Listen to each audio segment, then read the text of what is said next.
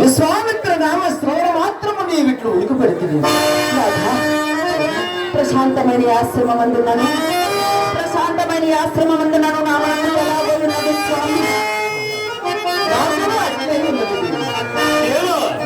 ఘోరమైన వేట గట్టందు నిర్వచించే సహజ కరుణాయుక్తుండగు మీ చిత్తముడి గట్టుంద ప్రేమ అంతకన్నా మరేమీ లేదు.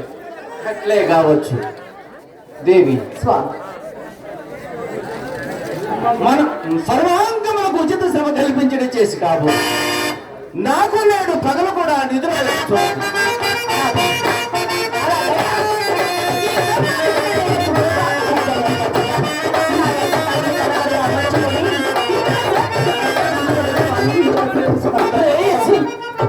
పగటిపూట నిధులకు ఏర్పడినది కాదు, మరియు నిద్ర అన్న స్మరణకు వచ్చను. నిన్నటి రేయి అపరయామమున నేను ఒక దుస్వప్నము కంటిని దేవి.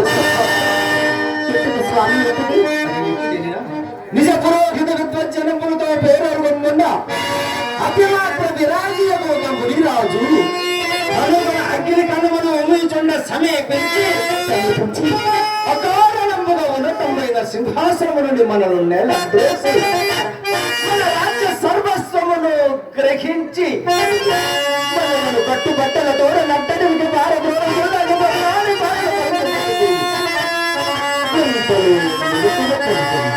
ఎంతటి దుస్వప్నము స్వామి.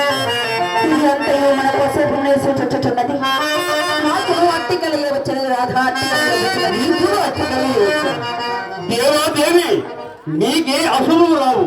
నిన్న దినమున విశ్వామిత్రుడి ధనము అతని వెంటనే తీసుకొని పోగా మనగడలే ఉంచినందుకు చిత్తం వేటి విచారించుచు ఇట్టి కళ వచ్చి ఉండవచ్చు, అంతేగాని మరి ఏమీ లేదు. ఈ పట్టున వినోదముల కాలం గడుపుడుకు సంగీత పాడుకునే దగ్గర లేరే.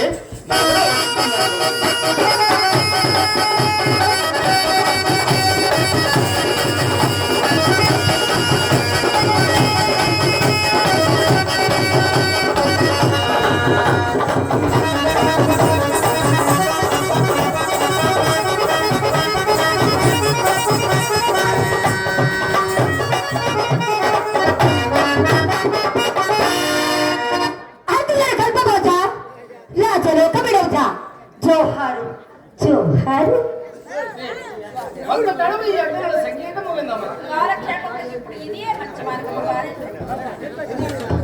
మాతంగాంగన మహారాజా గారు మెచ్చినట్లు మీ సంగీత కళాగోత్రం ప్రదర్శింపము. మహారాజు